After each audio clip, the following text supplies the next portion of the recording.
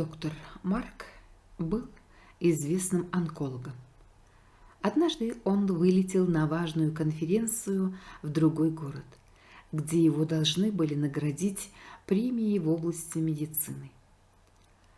Однако через час после взлета произошла аварийная посадка в ближайшем аэропорту. Доктор арендовал машину и поехал на конференцию. Вскоре после того, как он выехал, погода испортилась, и начался сильный шторм. Из-за сильного дождя в навигаторе пропал интернет. Он свернул не туда и заблудился. После 2 часов езды он понял, что пропал.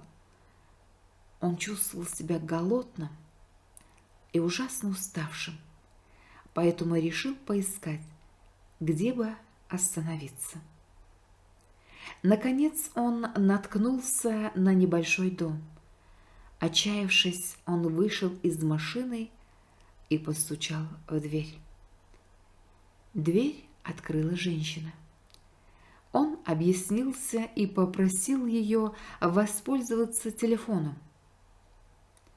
Женщина ответила ему, что у нее нет телефона, но он может зайти и подождать, пока погода не улучшится. Голодный, мокрый и уставший врач принял ее предложение и вошел. Женщина поставила ему горячий чай и сказала, что пойдет молиться.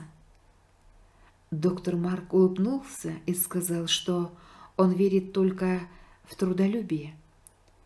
Сидя за столом и попивая чай, доктор наблюдал за женщиной в тусклом свете свечей, как она молилась рядом с детской кроваткой. Врач понимал, что женщина нуждается в помощи, поэтому, когда она закончила молиться, спросил ее: «Чего именно вы хотите от Бога? Неужели вы думаете, что Бог когда-нибудь услышит ваши мольбы?»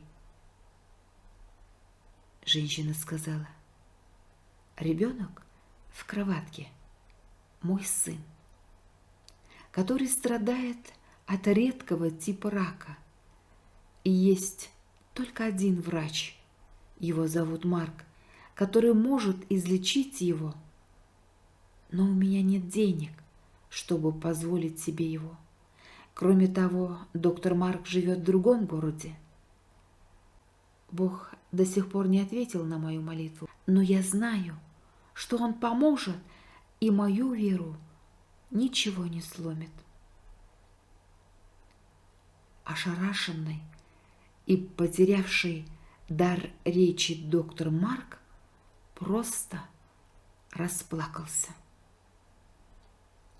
Он прошептал: «Бог велик».